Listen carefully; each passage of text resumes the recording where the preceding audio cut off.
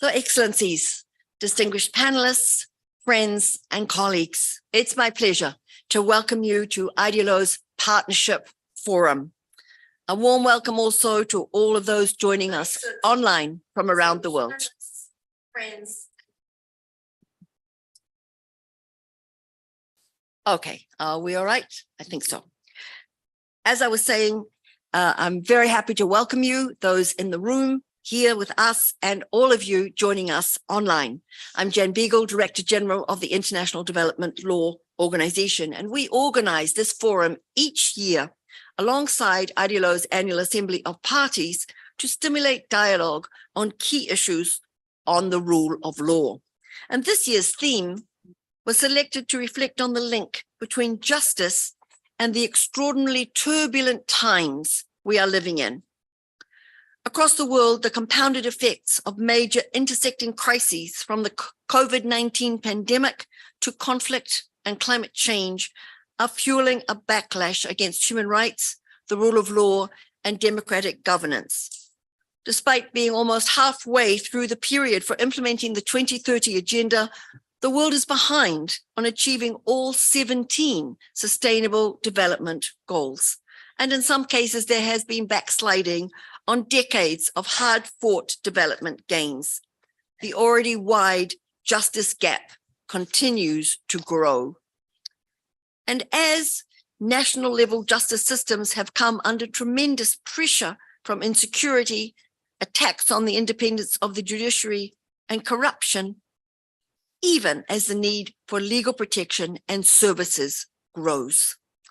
The ability to meet the rising demand for justice means that the world is experiencing a deficit of trust in public institutions at a time we need them the most. IDLO's experience has taught us that justice must be a priority, particularly in times of crisis. And let me share quickly 3 reasons why. First, many of the factors undermining trust, from impunity to exclusion, are linked to issues of justice. Strengthening justice systems can protect the least powerful, including women and girls, and give them a voice in the debate, helping build confidence. Effective systems can also enable decision makers to balance competing interests fairly and transparently. Second, investing in justice can catalyze progress across the whole 2030 Agenda. Many SDGs implicitly draw on the principles of inclusivity, equity, and non-discrimination, and require the creation of new legal frameworks and institutional capacity for their implementation.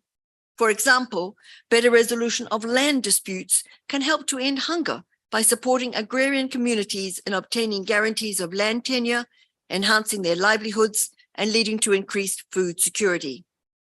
Effective laws and institutions can provide the clarity and predictability countries need to attract investment and promote economic development, while ensuring that it is both sustainable and inclusive. And third, fair and effective laws and institutions can help countries collaborate fairly and effectively around complex transnational challenges like climate change that transcend national boundaries. The recent creation of a Climate Loss and Damage Fund at COP27 is, as the Secretary General said, one such step towards climate justice. Closing the justice gap must therefore be our priority. The SDG summit in 2023 will be an opportunity to change the narrative and mobilize greater political and financial support for justice and the rule of law. So our discussion today will explore these themes and attempt to identify steps that governments, development partners, businesses, and communities can take to promote more peaceful, just, and sustainable societies in this time of crisis. We are pleased to have an exciting lineup of speakers this afternoon who bring a wealth of experience and expertise on the rule of law and justice and its links to peace, development, and human rights. So let me introduce our panel. Online, Mr. Andriy Kostin, Prosecutor General of Ukraine. Here in the room, Ms. Elizabeth Anderson, Executive Director of the World Justice Project. Ms. Brigitte Tesla, Deputy Director General for International Cooperation at the Netherlands Ministry of Foreign Affairs. Professor Khalid Ikiri, former President of the Commission Nationale des Droits Humains of Niger. And Ms. Lilia Umaifa Montiel, Executive Director of Humanamente. But before turning to our panel, I'm very pleased to welcome our keynote speaker, Ambassador Stoeva, Permanent Representative of Bulgaria to the United Nations in New York and 78th President of the United Nations Economic and Social Council, also joining us online from New York. Ambassador Stoeva, it's a pleasure to see you again. You have said that one of your priorities as President of ECOSOC is to support preparations for the SDG Summit, which will take place next September, by building momentum and reviving, and here I quote you, reviving the passion that characterized the elaboration and implementation of the SDGs. We look forward to hearing your insights on the relevance of justice to the 2030 agenda and how we can best accelerate progress towards peaceful, just, and inclusive societies. Your Excellency, you have the floor. Thank you very much, Ms. Beagle. It's a pleasure to be with you today. Dear participants, it is a pleasure to be with you at the opening of today's Partnership Forum on Justice in Crisis. The title of the forum can be interpreted in two ways: that justice is in crisis, or the role of justice in situations of crisis. I trust that the latter is the valid one, as justice is always part of the solution and never part of the problem. As already announced, the theme of the ECOSOC and the High-Level Political Forum for 2023 is accelerating the recovery from the coronavirus disease and the full implementation of the 2030 Agenda for Sustainable Development at all levels. This theme reflects a sense of urgency and a high level of ambition at a time of great need and against the backdrop of unprecedented challenges. This year has seen the horizon darken in many ways, making it clear every day that the 2030 Agenda and the Sustainable Development Goals are in peril. At the same time, those exact challenges make the case for the crucial importance of staying the course and the implementation of the SDGs. The Economic and Social Council is determined to continue its global push to respond to the negative impacts of the COVID-19 pandemic and move quickly to reach all the SDGs within the Decade of Action and Delivery for Sustainable Development. In the context of this forum, I want to emphasize that it is our duty to reverse the troublesome trends in discrimination, exclusion, inequality, violence, hate, and intolerance. We need to build societies that protect human rights and enable the realization of the full human potential through equal access to education, resources, and opportunities, and through leaving no one behind, especially the most vulnerable. Interlinkages between SDG 16 and other SDGs capture the essence of the 2030 Agenda as a universal and indivisible roadmap to our common future. Rule of law and access to justice are key dimensions of Goal 16, as reflected in Target 16.3. The theme of this forum, Justice in Crisis, directly speaks to this target. During the COVID-19 pandemic, the justice gap has continued to widen. Justice systems have been hit particularly hard, with indicators showing the justice gap growing dangerously wide, especially for women, young people, and other groups that are traditionally excluded and at risk of being left behind. These negative trends have been compounded in situations of conflict, putting the human rights of many at risk.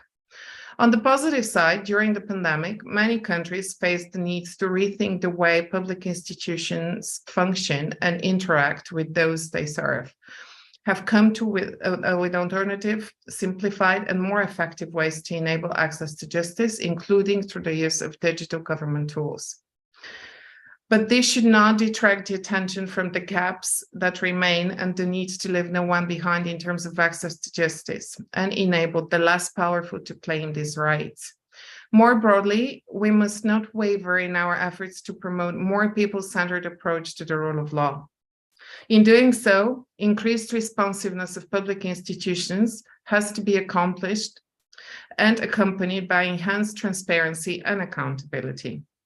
The pandemic also reminded us that it is critical to make institutions more resilient to shocks. Justice institutions are no exception to this.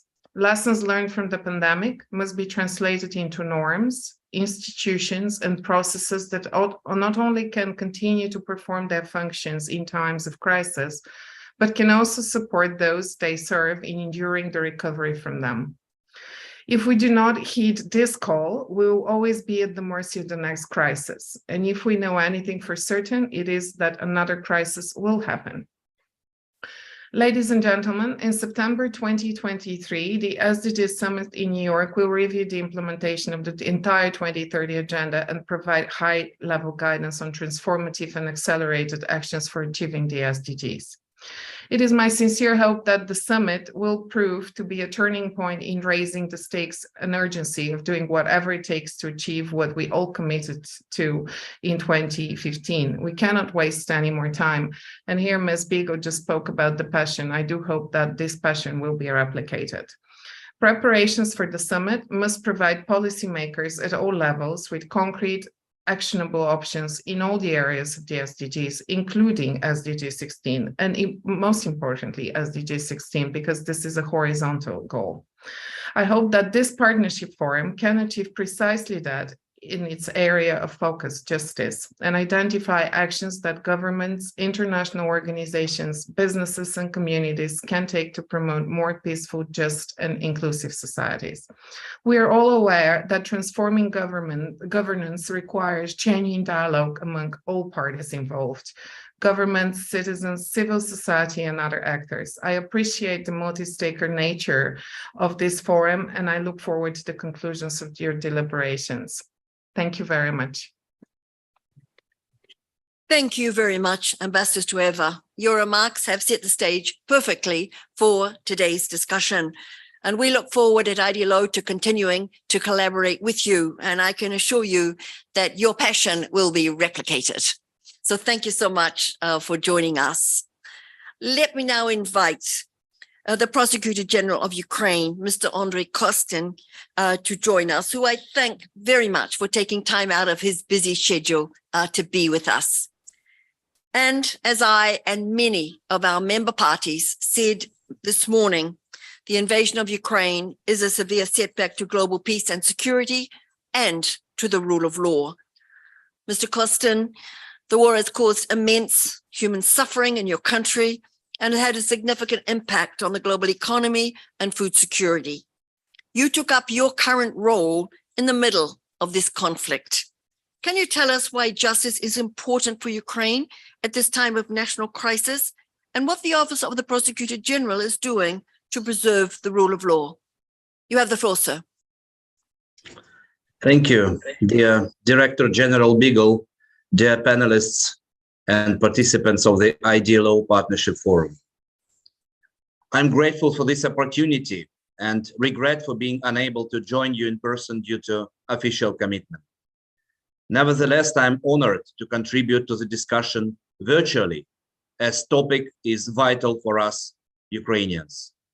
As we seek justice and accountability, as we fight for our sovereignty, territorial integrity, and freedom, and as we continue to confront atrocious actions of Russian army along with the international community.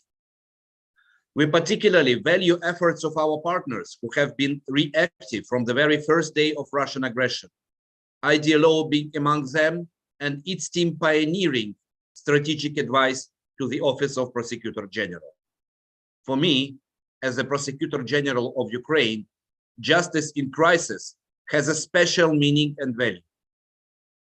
Ensuring respect and supremacy of the law in course of an ongoing armed conflict through comprehensive accountability process in fair and impartial manner, and upholding the interests of victims and survivors. Allow me to briefly describe the efforts undertaken on national level to document and investigate international crimes committed by Russian army. Since the beginning of the war, my office has been leading national investigation of crime of aggression, crime of genocide, and war crimes.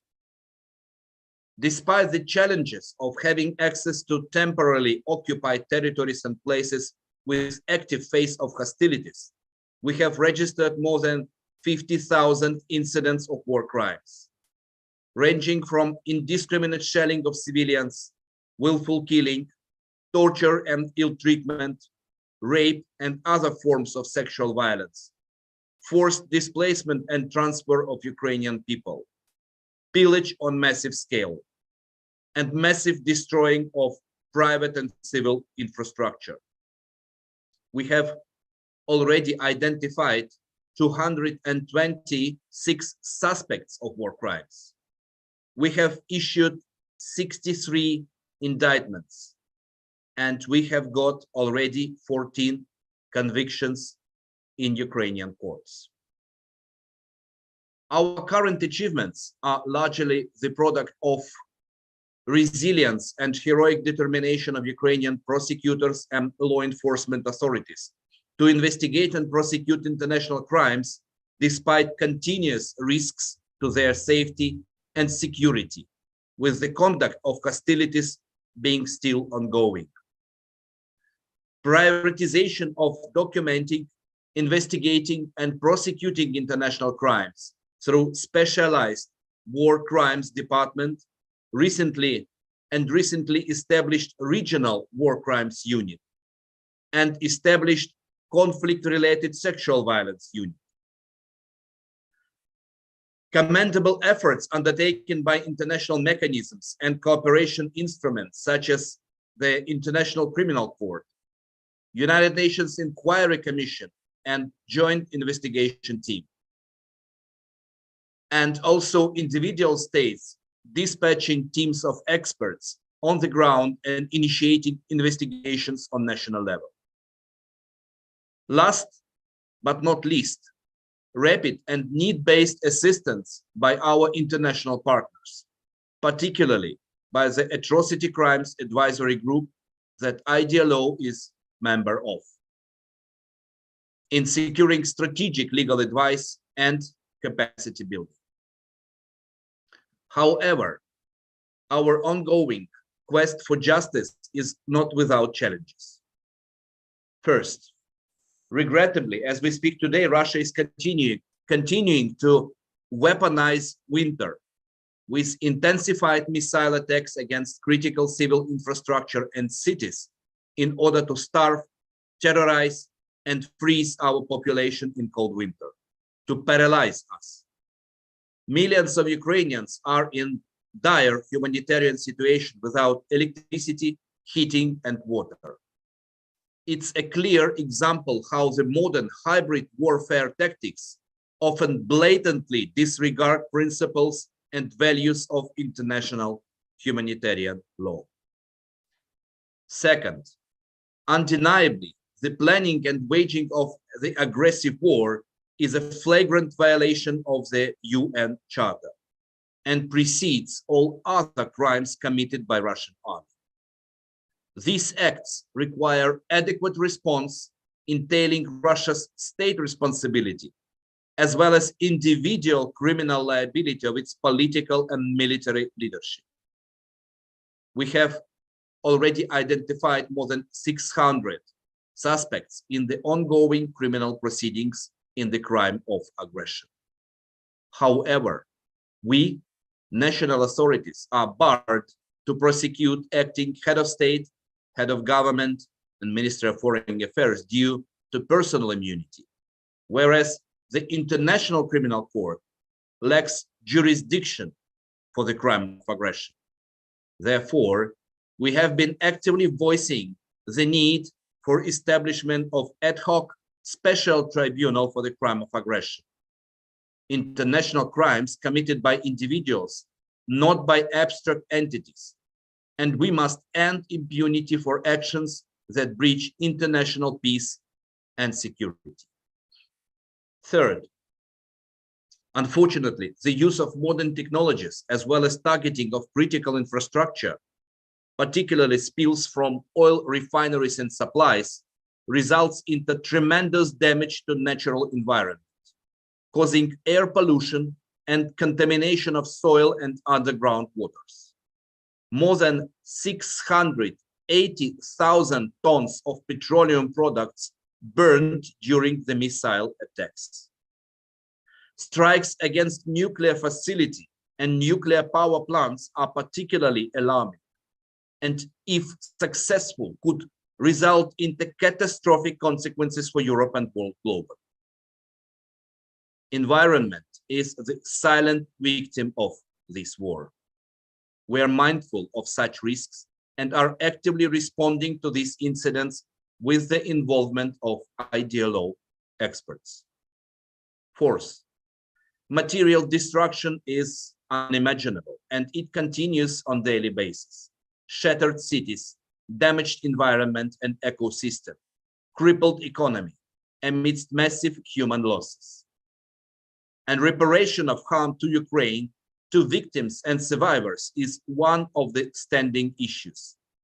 Therefore, there is a need to create a new and innovative compensation mechanism to collect, assess, and ultimately provide compensation for hundreds of thousands of claims in line with international law standards. We comprehend that the complexity of these issues and far-reaching consequences of the ongoing war will require competent and a rigorous response from my office and from the Ukrainian government.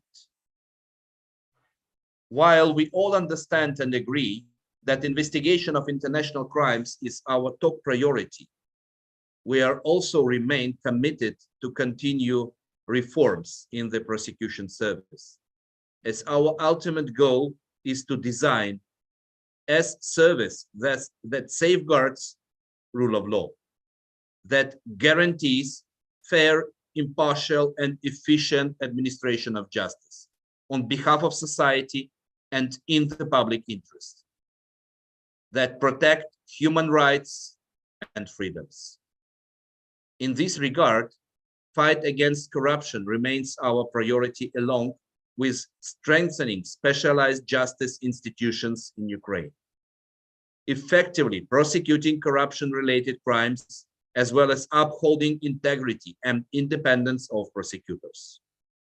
On this, we are immensely grateful to IDLO's continuous support of the reforms in the prosecution service throughout 7 years of our partnership, aimed at strengthening efficiency of our institution. For our part, we will continue to fight in legal battles for justice and accountability, for securing world order, and for prevalence of the rule of law over the rule of force. Thank you for your attention. Thank you very much, Mr. Kostin, for those very thoughtful and I would say thought-provoking remarks. I know that you have to leave now because of other pressing commitments, and I'd like to thank you and send very best wishes to you and to the people of Ukraine. IDLO is committed to doing all that it can to contribute to international efforts to strengthen the rule of law in Ukraine, and we look forward to our continued partnership. Thank you so much.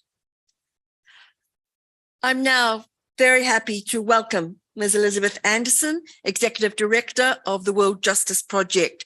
IDLO was very pleased to partner with the World Justice Project in the organization of the World Justice Forum, which was organized by the World Justice Project in The Hague earlier this year. Betsy, The World Justice Project has recently published its much-awaited Rule of Law Index for 2022, which shows a global rule of law recession. Your survey of 140 countries and jurisdictions showed that adherence to the rule of law fell 61%, or fell in 61% of countries in 2022. So could you please expand on the ways in which you see justice to be in crisis, and are there any bright spots that we can build on? Thank you. Well, thank you very much.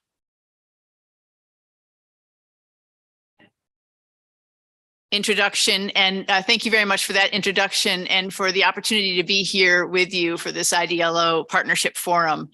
And I'm pleased to share the work of the World Justice Project and our Rule of Law Index in particular, which we see as hopefully providing a powerful evidence base for IDLO and for this rule of law community to drive change.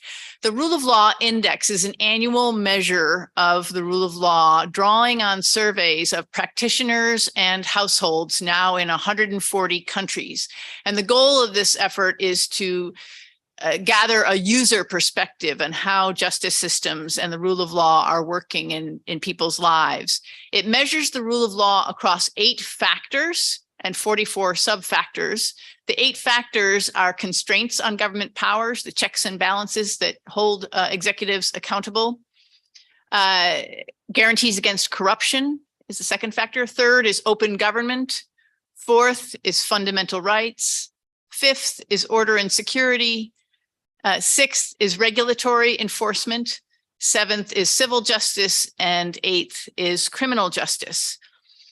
Now, as the Director General indicated, we recently released our 2022 index. It's available on our website if you want to play around with the data. And unfortunately, it does show justice in crisis, with widespread declines in index scores around the world in 61% of the 140 countries that we measured. We saw these declines in the rule of law in every region of the world and in high and low income countries. Moreover, we saw a majority of countries decline in each of the 8 factors except for order and security. While the declines were widespread, we saw the steepest declines in countries that already had weak rule of law, suggesting there's a cascading effect playing out. And what were some of the major factors that drove these declines? Unfortunately, they were the same factors we have seen behind declining rule of law for several years. First, constraints on government powers continued to decline in a majority of countries. Second, fundamental rights continued to decline, particularly with respect to free association, free assembly, free expression, and non-discrimination. And finally, quite disappointingly and relevant to our discussion today, we continue to see declines in civil justice, delays in justice, and particularly discrimination in the delivery of justice. What was maybe most disappointing about this year's results is that we did not see a rebounding from the pandemic that we had hoped to see in the data. So 2021 in our index was a particularly bad year for rule of law. And it wasn't entirely surprising because we saw during the pandemic emergency laws that curbed free association and assembly.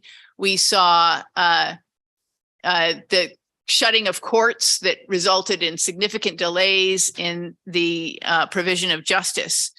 So we had hoped that this year, as the pandemic eased, that the scores would rebound in many of those areas. But unfortunately, as I mentioned, civil justice, discrimination, free association and assembly continued to decline in many countries.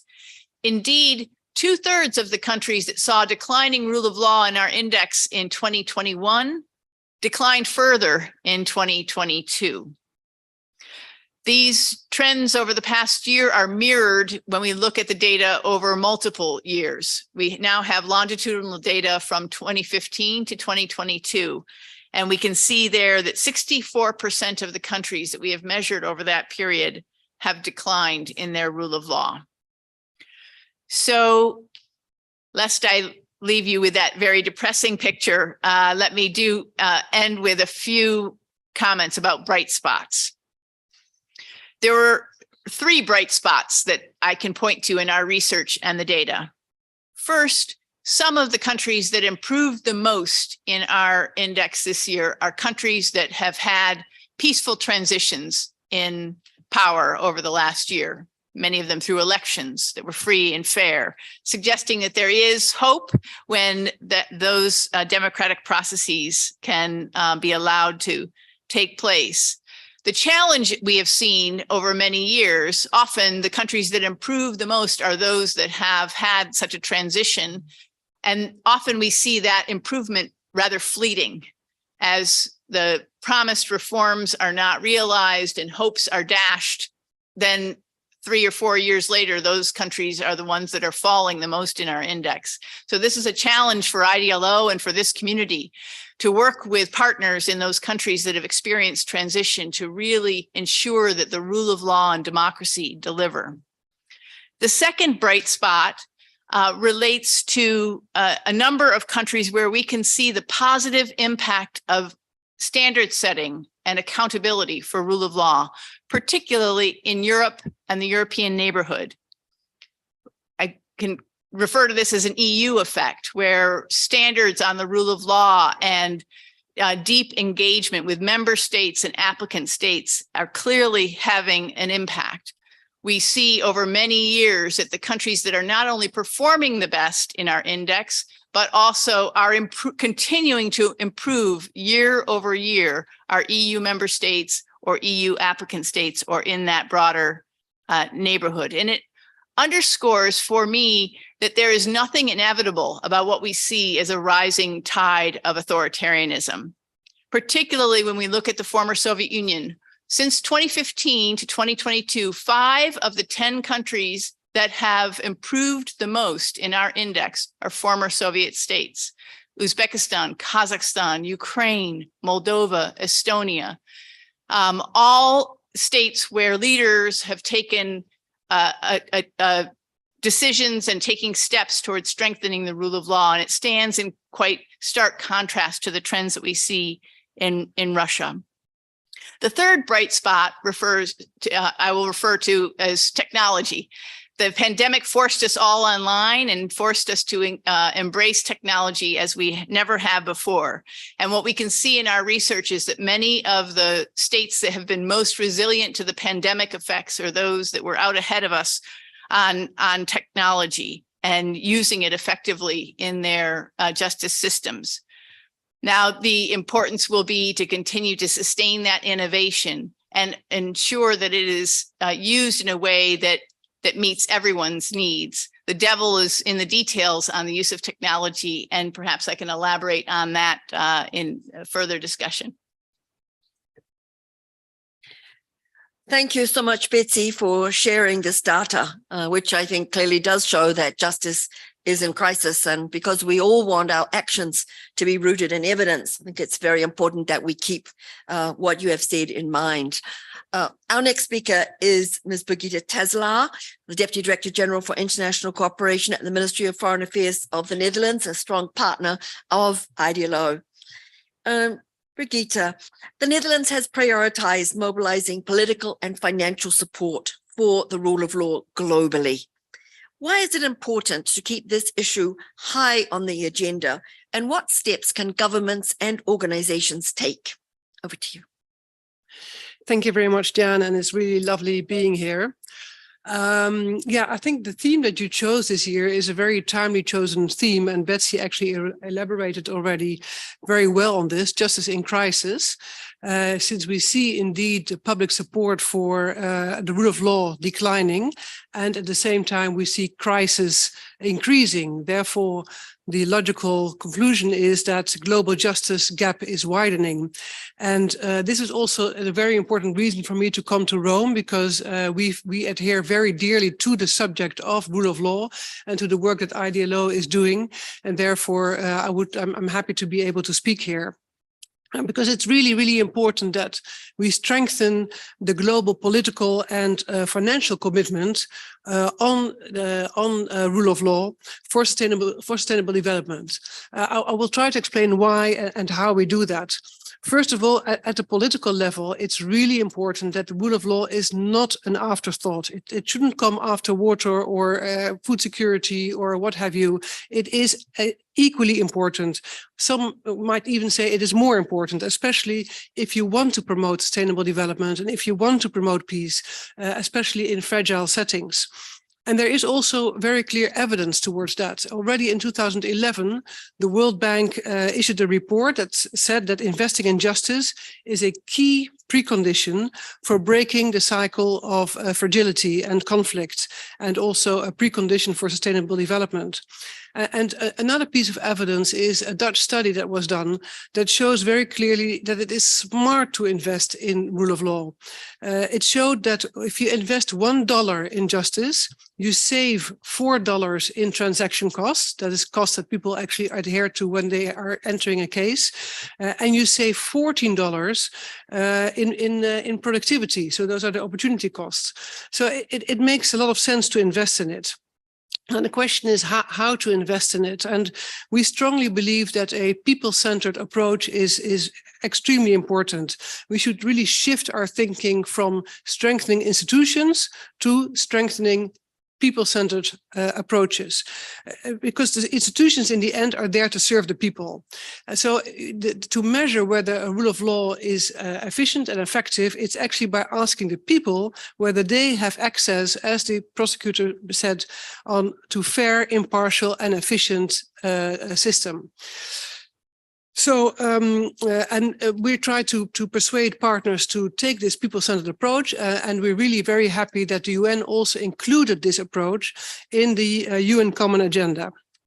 Now, as Betsy mentioned, rule of law is very often also linked to politics, whether it's free elections or something like an EU project. But at the same time, what we have at hand here is money for programs. So it's extremely important that we build evidence that these programs are effective. And that's the only way to attract more money, because there are so few donors that really invest in rule of law promotion. The Netherlands is one of them, but the 16.3, the SDG 16.3 is actually the worst financed SDG. And I've been in countries as well, in the Sahel, for example, and my neighbor will hopefully acknowledge that. But I remember very well being in some of these countries where 20% to 30% of the budget went to security and less than 1% of the national budget went to rule of law. So that needs to change, and we are also there to assist. So what do we need to do as well is we need to be smart. If there's little money, we need to be to find ways on how to be innovative and find new approaches so that we can scale up with the little money that we have, that we can actually scale up our investment. We do that, for example, with IDLO in Somalia, where we work with alternative dispute resolution centers, but also in the Sahel, where we work with justice dialogues between communities and justice providers. So these are cheaper ways to actually assure that justice is being delivered. So we need to experiment, to iterate, to adopt, and then scale up. And then the last thing I would like to say is that we also need to work better at the international level, because still after 60, 70 years of development cooperation, I mean, to coordinate our aid is as old as when we started aid, but still there are challenges. And the landscape is still very fragmented. So that's why we also established a Justice Action Coalition. This was established in 2019, and it's a platform for countries to both developing countries and let's say donor countries to exchange data, to coordinate initiatives and to learn from each other's practices. And we're really happy that IDLO is also part of this coalition. And we really hope that this coalition has the potential to actually transform all the challenges that we are facing. And if there's any party present here today that would like to join, of course, we would fully welcome that. Thank you, Jan. Thank you very much, Brigitte, and thank you for those examples of practical action that we can take at the national and at the international level. Our next speaker is Professor Khalid Ikiri, the former president of the Commission nationale des droits humains of Niger. Welcome. Professor Ikiri, as the former president of the Commission, you've spearheaded national efforts to hold the government accountable and increase equitable access to justice. In your experience, how are challenges of justice and human rights linked to insecurity in the Sahel region? And how can we best address the crisis of trust in public institutions?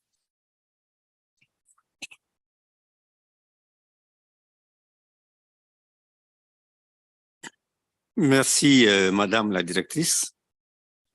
Les pays du Sahel, notamment ceux des trois frontières, Burkina Faso, Mali, Niger, sont au cœur des conflits violents avec pour conséquence des violations massives des droits humains. Ces violations sont perpétrées non seulement par les groupes armés non étatiques, les milices d'autodéfense, les communautés, mais aussi certains éléments des forces de défense et de sécurité de ces trois pays. Il faut rappeler simplement, en 2019, ce qui s'est passé au Mali et au Burkina Faso et au Niger en 2020.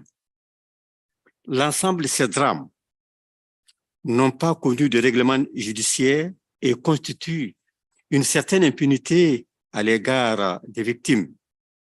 Ceci a creusé un fossé entre les populations et les forces de défense et de sécurité dans les pays incriminés, favorisant de facto l'extension de groupes armés non étatiques.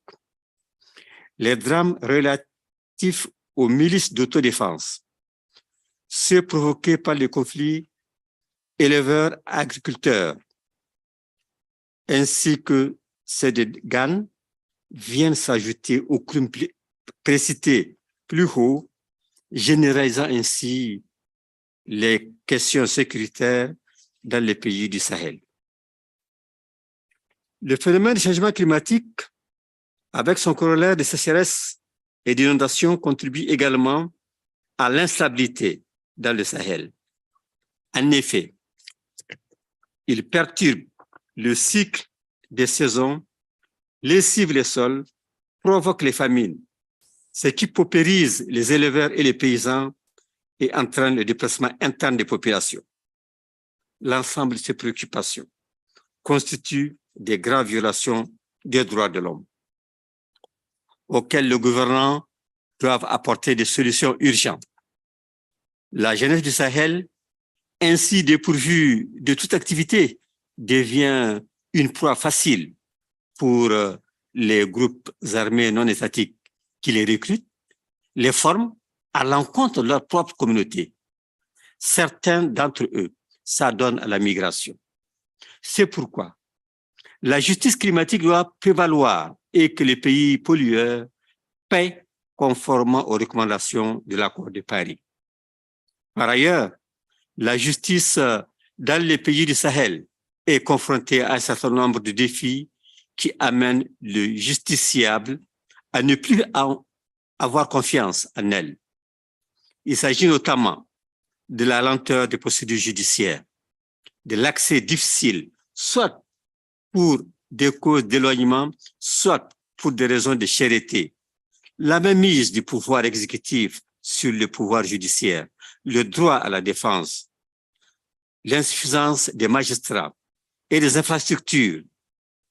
C'est une justice inadaptée aux réalités du justiciable. La présomption d'innocence n'est pas respectée non plus. Or, le citoyen qui n'a pas confiance à la justice va nécessairement faire appel à la justice privée, ce qui crée une insécurité. Pour résoudre la crise de confiance dans les institutions publiques, il faudrait maintenir l'indépendance de la justice comme boussole à protéger par tous les moyens. Il faudrait pour ce faire arracher le conseil de la magistrature ou extirper le conseil de la magistrature des différents gouvernants. veiller de façon scrupuleuse à l'intégrité des magistrats tout en leur donnant les moyens appropriés pour faire leur travail. Des inspections d'État seront mises en place et ou renforcées afin de contrôler effectivement les activités des magistrats de façon continue. Elles seront dotées de moyens humains et logistiques suffisants pour l'accomplissement de leur travail. Il faudrait rapprocher le juge du justiciable en recrutant un nombre suffisant des magistrats, des greffiers, des avocats et créer des infrastructures judiciaires au niveau de chaque commune et surtout renforcer leurs capacités. Intervenir sur les différents segments de la chaîne pénale pour que chacun joue son rôle.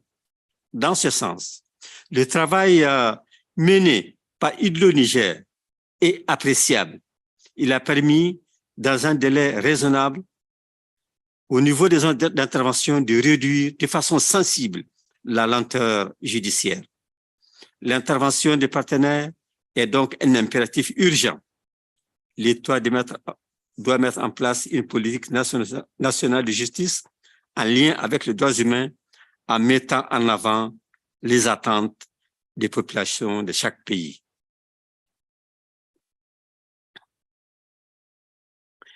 Celui qui n'a pas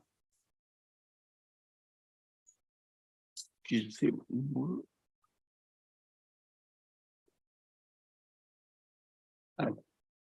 y a un problème. Celui qui n'a pas un procès équitable est frustré et à même de se faire justice ou même intégrer volontairement les forces du mal pour s'attaquer aux institutions de l'État. Il en est ainsi, par exemple, du cas de plusieurs jeunes qui mettent en cause le système judiciaire pour prendre des armes contre l'État en rejoignant les groupes armés non étatiques. Dans la région de Difa, il y a un peu plus de 10 ans, et un justiciable a été amené à sabrer le juge. Par ailleurs, l'absence du juge de la liberté et de la détention fait que le juge d'instruction soit le seul à décider du sort des prévenus. C'est pourquoi il n'est pas rare de voir des citoyens passer des longues périodes de détention, parfois plus de 10 ans, et que le juge d'instruction les libère sans rien avoir à leur reprocher. Je vous remercie pour votre attention. Thank you very much, Professor Kiri. And I think you have proven the importance of accountability at all levels in addressing violations of human rights and building trust in societies. I'm going to turn now to our last panelist, Ms. Lilia Montiel, Executive Director of Humanamente. And Lilia, today there are 1.8 billion people between the ages of 10 and 24. They're the largest generation of youth in history, and close to 90% of them live in developing countries where they make up a large proportion of the population. What initiatives can be put in place to ensure the effective engagement of youth in the implementation of the SDGs? Over to you.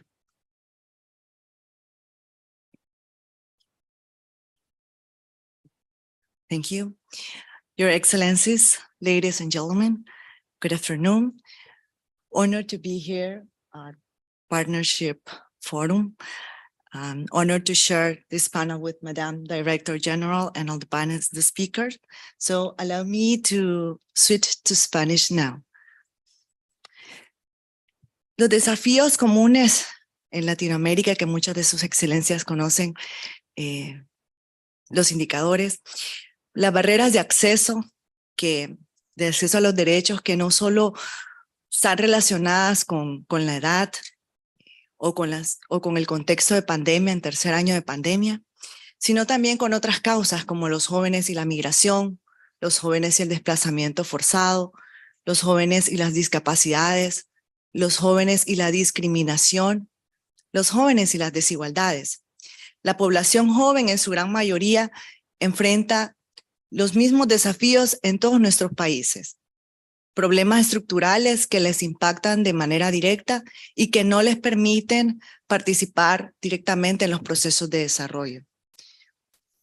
El primer paso desde nuestra perspectiva, parte desde un abordaje desde las diferentes dimensiones.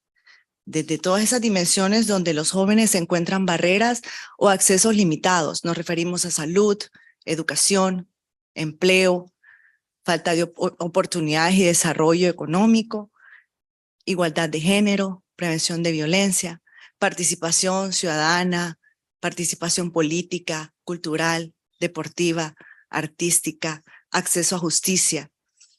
Y en ese sentido, observamos dos posibles iniciativas a considerar desde la perspectiva, la primera, desde la perspectiva de las políticas públicas como instrumentos de gestión, donde los jóvenes tengan la participación y sean el eje central de ellas. El diseño e implementación de instrumentos normativos y de gestión que promuevan y garanticen el acceso de los jóvenes al fundamento de su desarrollo, servicios de salud y educación con calidad, eficiencia, que tengan gratuidad, equidad, que puedan ser cada vez más cercanos a ellos y a sus comunidades. La toma de decisiones es clave en temas de las políticas públicas, por el diseño de los programas sociales, la inversión social que requiere, porque es una decisión importante para los países, el acceso en todo sentido a los servicios sociales, y eso pues puede permitir asegurar la sostenibilidad en el largo plazo. Es ahí donde es indispensable que los jóvenes participen en el diseño de estas políticas públicas, porque al final no solo es que vamos a promover o se promueve el desarrollo para ellos, sino que son los responsables al final de la sostenibilidad de los mismos y de la implementación juntos. Por otro lado, nuestra perspectiva también va relacionada a la generación de oportunidades y a la formación.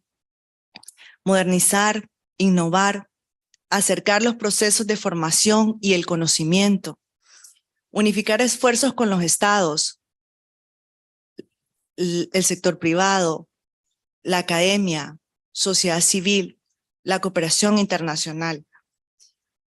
Debe ser una agenda común donde la población joven también sea parte de la construcción de estos esfuerzos, de esta agenda, para poder conectar a los jóvenes con esa puerta hacia su inclusión, hacia la vida productiva.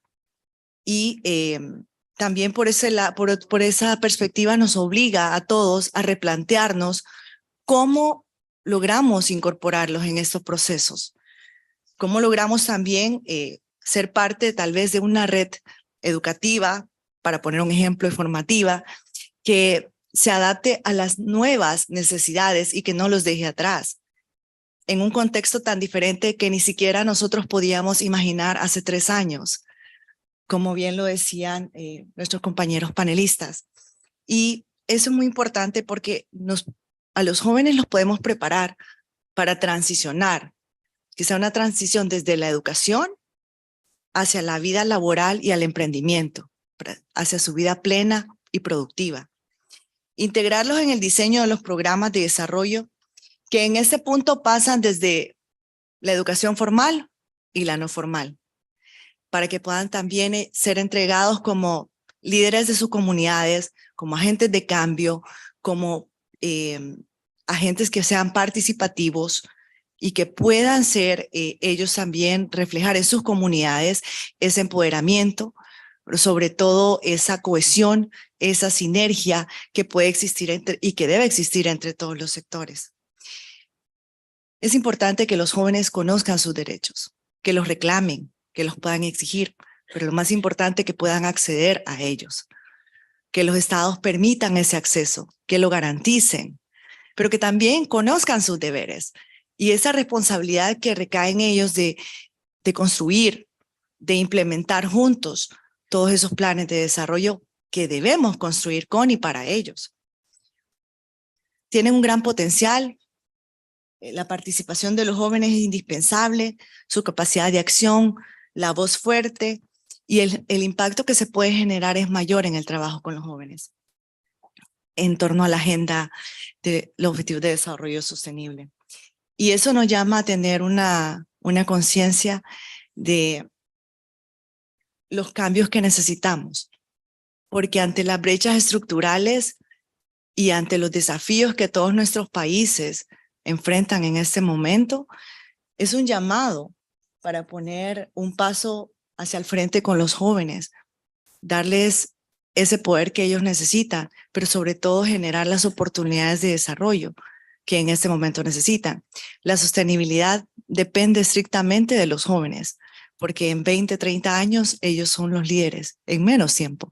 Así que esa es la oportunidad que tenemos todos para poderlos incluir social, laboralmente, desde las dos perspectivas. Políticas públicas orientadas para los jóvenes, realizadas, hechas con ellos, diseñadas con ellos, y procesos de formación y generación de oportunidades. Gracias.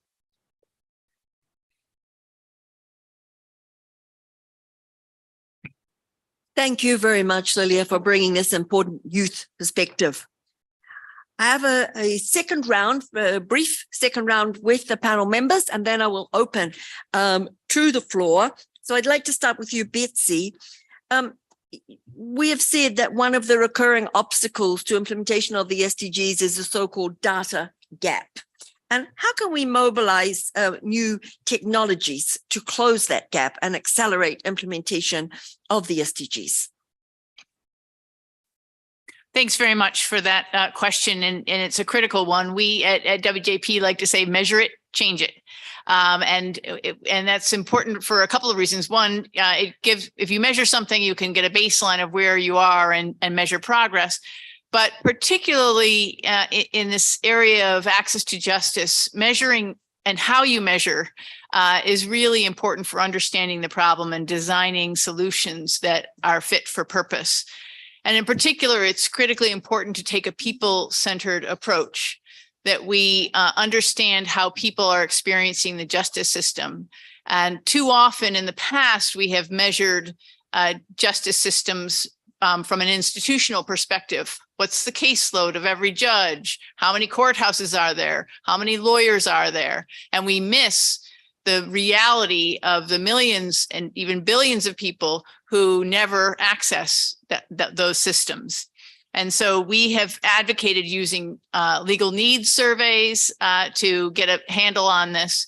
And you're absolutely right. The technology invites new opportunities for understanding how people are experiencing legal problems and how they are trying to solve them. We can do web scraping to understand the Google searches that people are doing to get a handle on the legal questions that they have, for example. But it's critically important that as we use technology, again, we maintain that people-centered approach to understand the situation in justice systems from the user perspective. So we have to be careful that as we automate case management, we don't just count the cases in the courthouse, but that we continue relentlessly to think about using technology and gathering data to understand justice from a people's perspective. Thank you very much. Birgitta, why is it important to close the gender justice gap? And what do you see as the main opportunities to advance justice for women and girls? Easy question. Yeah, thank you, Jan. Yeah, important question and a very timely one as well, because the Netherlands adopted a feminist foreign policy.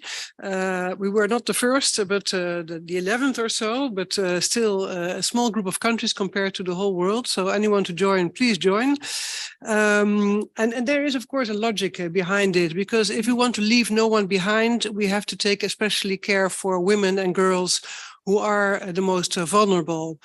And if we do not close that gender justice gap, we will inequalities will persist, and also power imbalances affecting women will also persist. and we will then keep them vulnerable, which we don't want, obviously. So therefore, we ask our partners to at least target 50% women and girls in their programs. We also ask our partners to be gender sensitive in their approach. For example, when it comes to transitional justice. There we have examples in Colombia, Iraq, Syria, Tunisia, where a survivor-centered approach is being taken and a gender-sensitive approach is being taken, which means that women have to be involved in the design and the implementation of transitional justice mechanisms. As Lilia was mentioning again here, it's all about the involvement and not about us without us, and that applies to gender as well in justice. Well, in our feminist foreign policy, we focus on the 4 R's, as we say: rights, representation, resources, and a reality check, because every situation is different. We always need to do a reality check. And this is also based on economic rationale, which I always like to quote to those people who in countries who are not yet convinced, but a report from McKinsey in 2015 showed that if you pursue gender equality in the labor force, it would add 26 to the global GDP. So it makes sense from an economic perspective, but obviously it also makes sense from a human rights perspective to include women. Again, here, I think we should continue in documenting. Measuring is knowing, indeed. What works, what doesn't work, innovate, adapt, and scale up. Again, here we have got good examples of in Somalia, where we, together with IDLO, involved women in paralegal systems, and the satisfaction was very high because of that. Also in South Sudan, we established the first gender-based violence courts, and that also made it easier for women to access those courts because of the gender-based violence against them. So we will definitely stay the course here and are here to close the gender gap also in justice. Thank you. Thank you very much. Professor Ikiri, why are issues of pre-trial detention particularly significant in the Sahel? Over to you.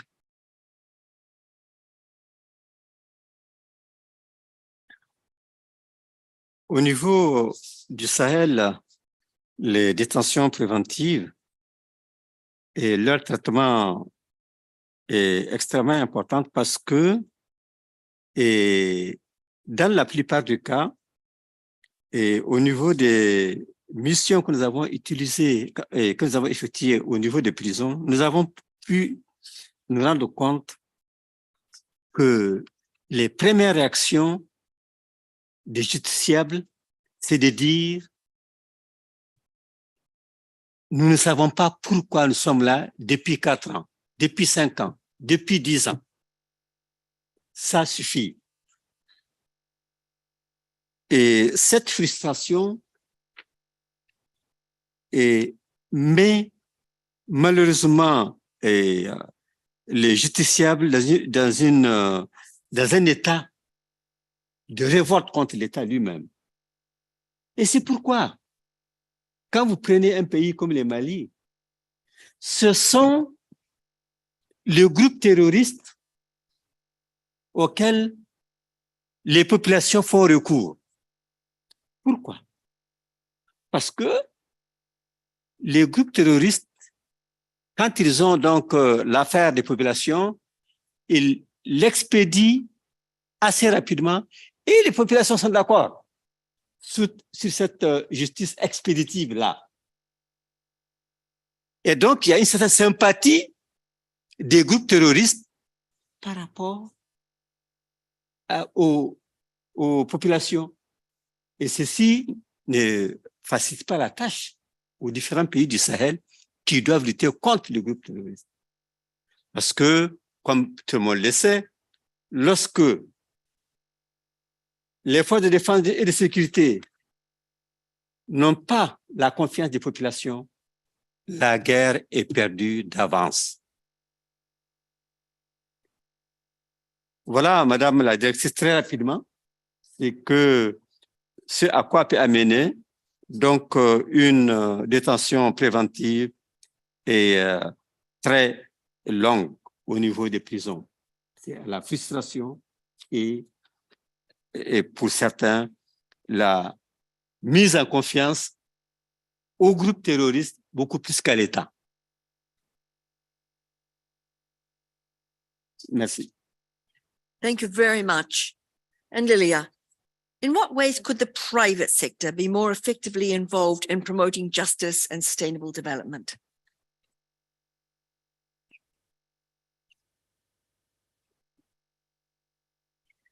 Asumir un compromiso más amplio en la agenda de los ODS.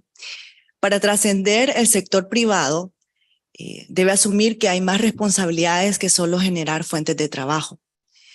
Eso pasa por asumir también un rol más activo y participativo y sobre todo por decidir en inversión hacia programas sociales que promuevan el desarrollo de su entorno, de sus comunidades, no como un requisito de ley en base al giro comercial, al giro productivo, sino como una convicción de la contribución real que debe dar a los países y del asocio que debe existir incondicional entre Estado, gobiernos locales, sector privado, academia, cooperación internacional, sociedad civil.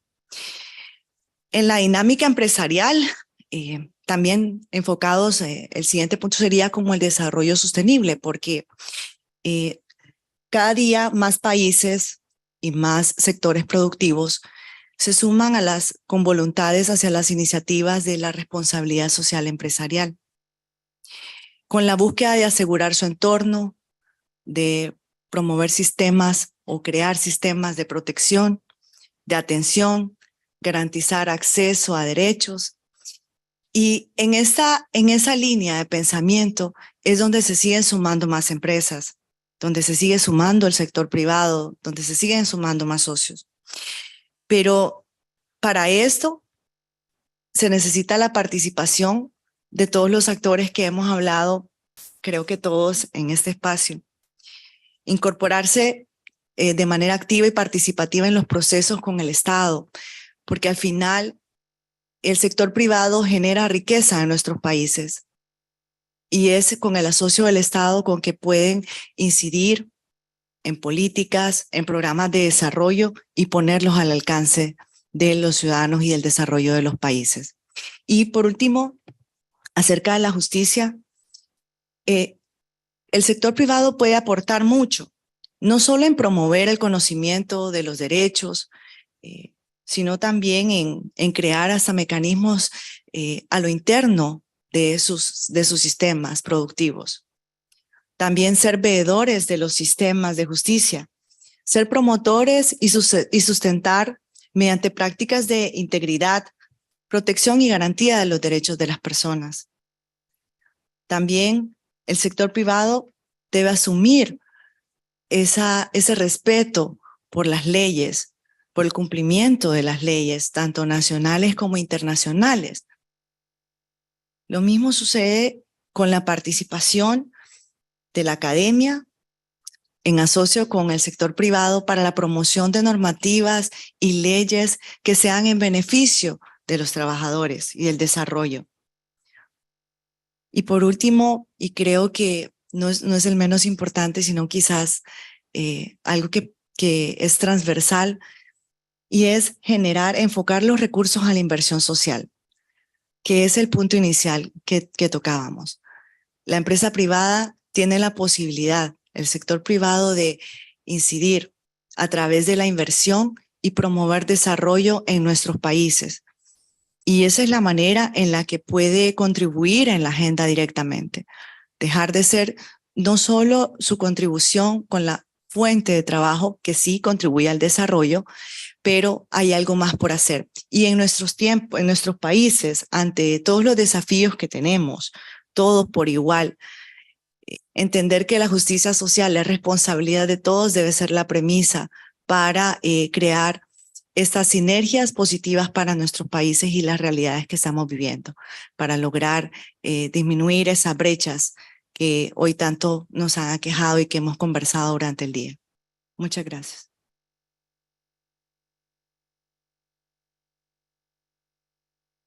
Thank you very much. So now it's a pleasure to open the floor. I'm going to take one or two questions or comments from the room and from our audience online, and then give the floor back to our panelists for a last quick response. So the first speaker I'd like to call on is Michael Strauss, the General Counsel for the European Bank for Reconstruction and Development, another great partner of IDLO. You have the floor. Thank you so much, Jen. Today, I want to announce that we're putting in place a new framework agreement between the EBRD and IDLO, which will really strengthen the collaboration between our two institutions. The EBRD's legal transition program has been collaborating with IDLO since the mid-2000s, when EBRD started looking for partners to implement the judicial capacity building activities that we do as part of our work on legal reform and investment climate improvement.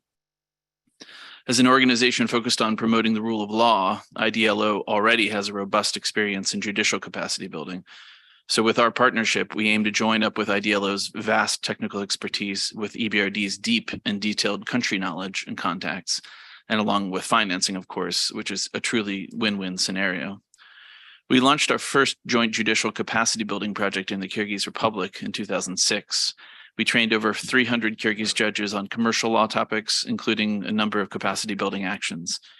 And thereafter, EBRD and IDLO's collaboration continued in Tajikistan and Mongolia in the form of extensive training for the judiciary working on commercial cases.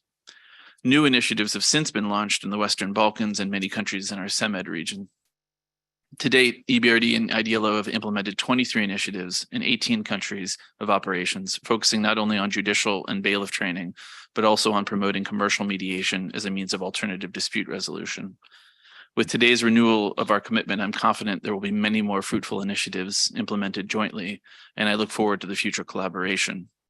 Now, beyond supporting the rule of law through the classic route of ensuring a robust judiciary, we've also been leaders on a separate rule of law topic, that is climate. The Corporate Climate Governance Initiative, which EBRD jointly launched at COP27, aims at assisting our clients with developing credible transition plans, helping them understand and manage climate-related risks and opportunities, and encouraging them to disclose climate-related information. At COP26, developed countries committed to at least to double the investment into climate adaptation for the 2019 levels of 20 billion by 2025, and climate adaptation finance was a core theme at COP27. EBRD recognizes that adaptation and resilience finance are crucial to address climate vulnerability across our countries of operations. So over the past decade, EBRD has financed over 350 climate resilience investments, totaling more than 10 billion euros, and we've made adaptation investments exceeding 2.8 billion euros. As EBRD has pledged to increase its investment and policy dialogue in climate adaptation and resilience, at COP27, we launched the EBRD Climate Adaptation Action Plan. The plan will bring together innovative policy and investment elements, such as integrating adaptation goals into project and policy design, building partnerships, developing business, and mobilizing private finance along the lines of what your last speaker just mentioned. EBRD is also committed to scaling up investments across a set of priority environmental, climate mitigation, and resilience themes. At COP27, in fact, we committed to invest $1.3 billion in the energy pillar of Egypt's Nexus on Water, Food, and Energy program, NUEFE. We're also working to enhance policy engagement for the development of long-term, low-carbon strategies and greening of financial systems. At COP27, we launched the new private sector initiative, Chapter 0, which is aimed at raising awareness of climate-related risks and opportunities with independent directors and top executives. But what brings us all together with our topic today is what brings these subjects into common focus: the establishment and nurturing of an environment conducive to the rule of law. At EBRD, lawyers play a key role in structuring and negotiating financing agreements and helping countries in our regions develop new policies and legislation, which in turn unlocks opportunities for climate finance. So we can't forget that the global response to climate change is underpinned by a legal document, the Paris Agreement.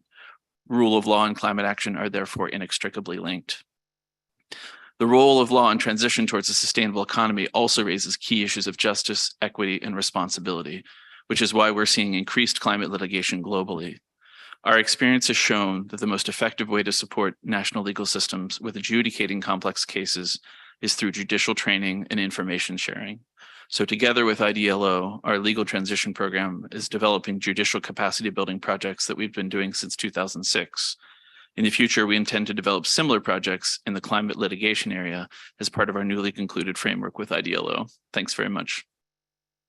Thank you very much for those very practical examples of action that we can take. I'm now going to go online to Ms. Nayokabi Nigari from the African Women Global Network Initiative in Kenya. You have the floor.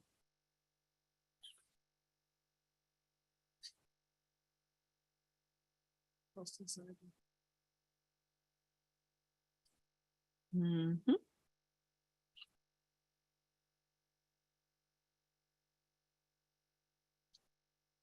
Do we have the speaker, or should we go on?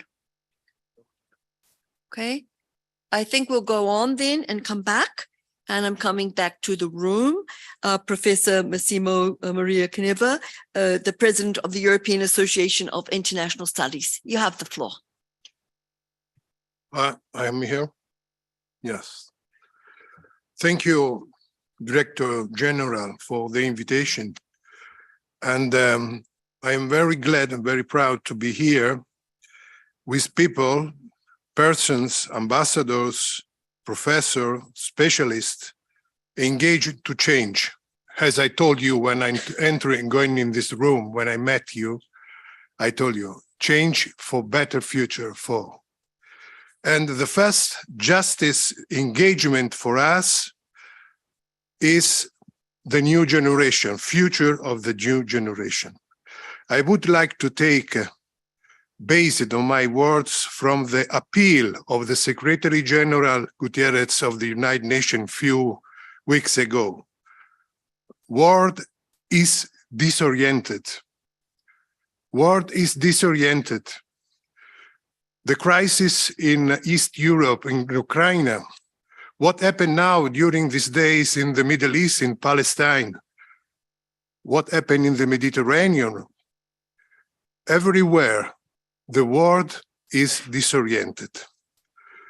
As I express my idea as a president of European Association of International Studies, I am a medical doctor, PhD in social medicine. I study in Rome, La Sapienza, and I take my PhD part of research I did in Queen Elizabeth House in Oxford. The world is disoriented because we are disoriented to prepare the future generation. This is a very important point. We need to prepare the new generation with, first of all, the example of the institution, responsible of the institution, especially in the international level. The young generation looking at us, the government, they have the power, but they have not all the power. The United Nations and European Union, yes, it's very good to create a tribunal, to create sanctions, but we need to create a new generation of diplomats, professors, lawyers preparing to understand better the situation before and to prepare much better the diplomatic approach to the crisis. We cannot continue with tribunal. We need to create a condition for better understanding. And the university has a big responsibility now. Not ideological universities where we prepare people for competition. Competition's good product. I hear his in my head when I did my PhD in a university, Western university. Competition, good product. This is horrible education for the new generation. We have the other side, what's happened in Easter. Ideological university prepare the people only for materialistic approach to the life. So what is, for me, is important now to create a new diplomatic, political generation with a good example, diplomacy, cultural, political, people prepared to face, to understand. I'm just coming from Lebanon. It's horrible to see how the international community is observe the situation. Lebanon needs of urgent intervention, not only Lebanon, Palestine, Ukraine, what happened in other countries, in Europe, in Cyprus. Cyprus is divided into parts. Many of our students in political science never hear about what happened in Cyprus. I bring my students in Cyprus, and they remain astonished. Occupation of half of an hour of Iceland. No one speaks about this. Now, our life is near Ukraine, suffering. But please, I'm concluding, as the European Association of International European Studies, in this room, appeal for urgent change of preparation of the new generation with a good example of the institution and change of the university approach to the crisis, preparing a good diplomacy, a good cultural approach, mutual understanding. Because peace is science and art of the culture of solidarity. Thank you very much. Thank you very much. I think we now have our colleague from Kenya on the line. So please go ahead. I will have to ask, please, speakers to be short because we are running out of time, but we're very happy to welcome you. Please go ahead. Okay, thank you very much. Sorry about the hitch earlier. My name is Nyokabi. I'm from African Women Global Network in Kenya, and our organization offers access to justice to people in the marginalized areas. So my question to you is, well, strengthening the rule of law involves respect for the norms of international law and local laws, including the primary responsibility of government to protect their population from unfair justice. So how do you plan to support organizations to hold our governments accountable? Thank you very much. Thank you very much for the question. And the final speaker that I will take from online is Musa and Sumana from the Water, Sanitation and Hygiene Network of Sierra Leone.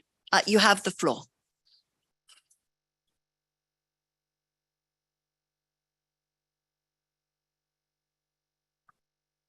Is online.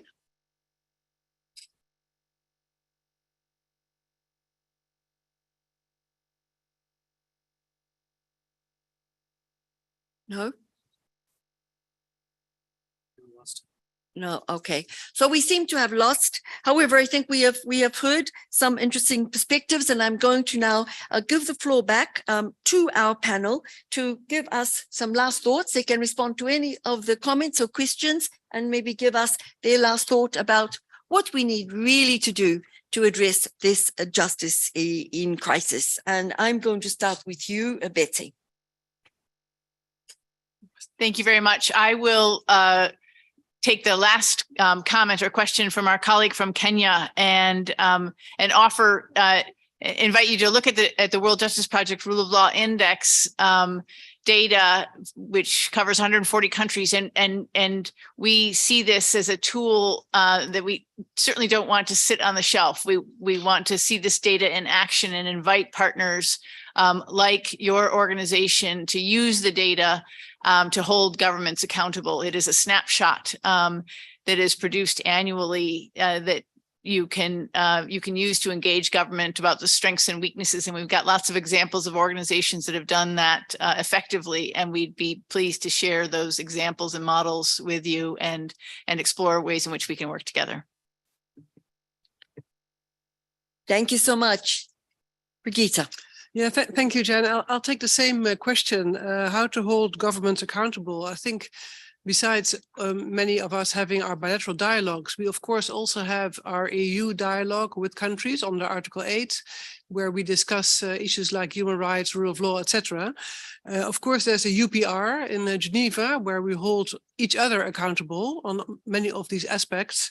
But I think the most important way to do so, to hold governments accountable, is local accountability. I mean, all politics are local. And I can have a discussion, but I think the power of local accountability and, for example, whether it's a parliament or whether it's civil society holding their government accountable is much more important and effective. And therefore, we are also spending quite a lot of our development cooperation money in strengthening civil society in their lobby and advocacy and holding governments accountable. And these are long-term processes, but that's, I think, in the end, the best way to achieve transformation and change. Thank you. I think that's a very good segue to the professor. Local action is the most important. Professor, over to you.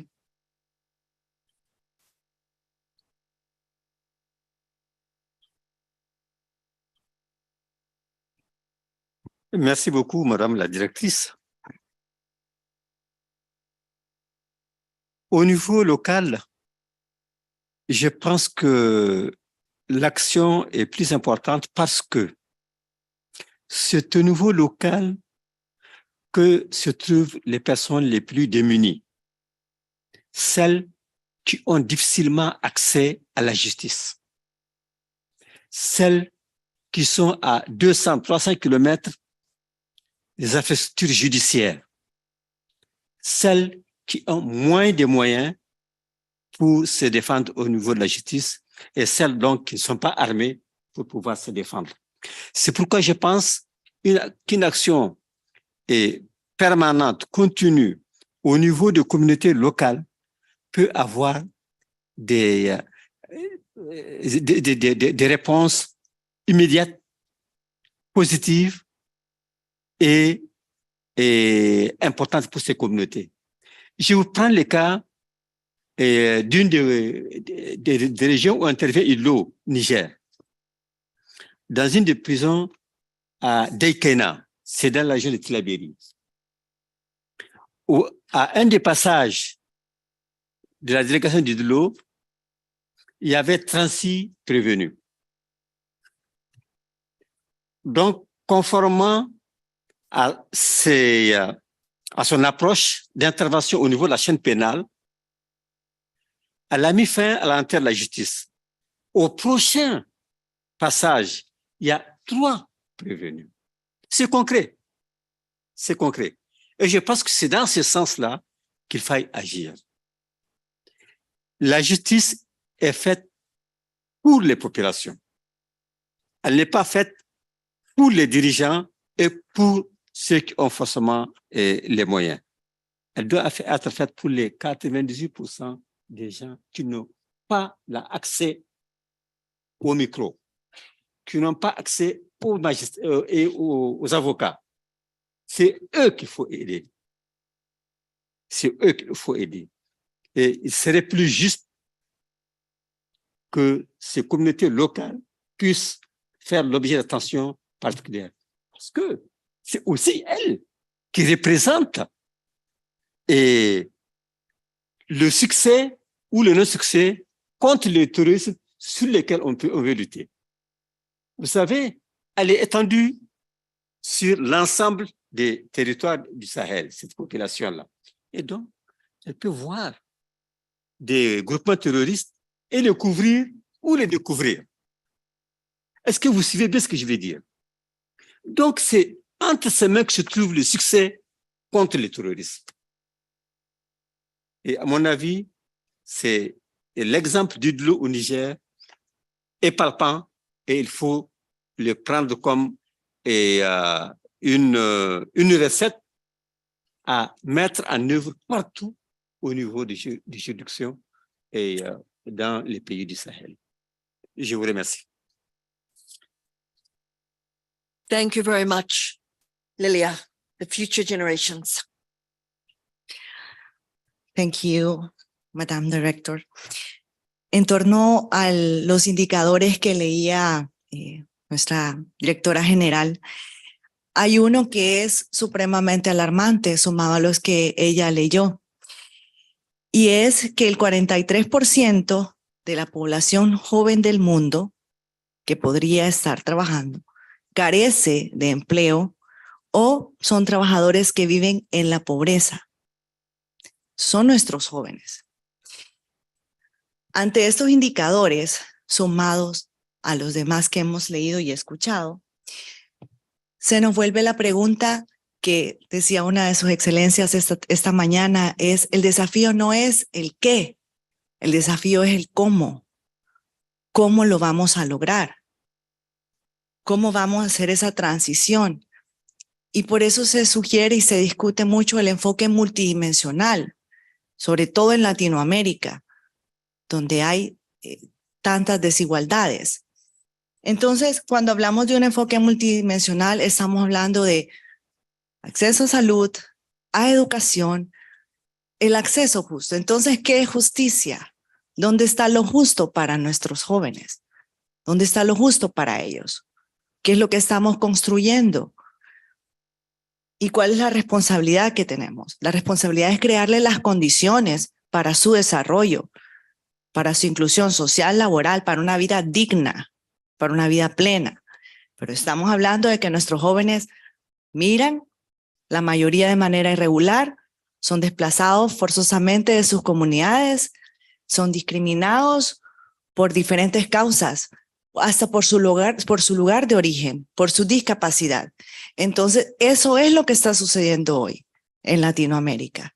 Y ahí es donde debemos poner los ojos, a lograr construir juntos, con el sector privado, con la cooperación internacional, pero sobre todo desde la visión de los jóvenes, porque al final en ellos recae la responsabilidad de implementar los cambios y sobre todo la sostenibilidad de los mismos.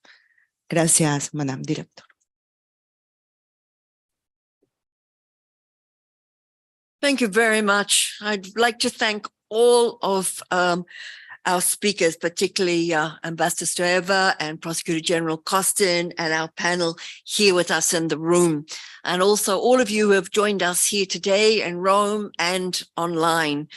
I think it's clear to all of us that the unmet demand for justice is at the root of multiple crises that the international community is facing, but it's also fundamental to safeguard justice to recover from these crises. And as Lilia just said, and as we said this morning, it's important to move from the what to the how. And it seems to me that there was some convergence of views around how to do that. And I think fundamentally, people and their rights being placed at the center of justice systems, renewing the social contract, building trust, ensuring that there's multi-stakeholder dialogue so that all can be heard, particularly young people, people in communities, women and girls, and as the ambassador said, that no one should be left behind.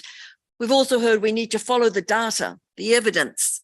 We need to learn from our mistakes and hopefully from the best practices, from the bright spots. I like the measure it, change it. We need our action to be based on evidence. I think we're all agreed that we need to ensure fair and rule-based action on global challenges, whether it's conflict or climate change, and the need to uphold international law and the UN Charter to ensure justice and accountability. But also, we've heard it's really important to uphold justice and address injustice at the local level. This is key, and this is linked to international peace and security as well. I think we've also agreed that all have a part to play: governments, international organizations, international development partners, the private sector, civil society, academia, and again, especially young people and women and girls. And I liked very much the idea that rule of law should not be an afterthought, that investment in the rule of law is smart policy. And I think that we at IDLO would say that it is the best investment that we can make in our collective future. So we look forward to continuing to partner with all of you to move forward towards more peaceful, just and inclusive societies. I thank you all very much. Bye-bye.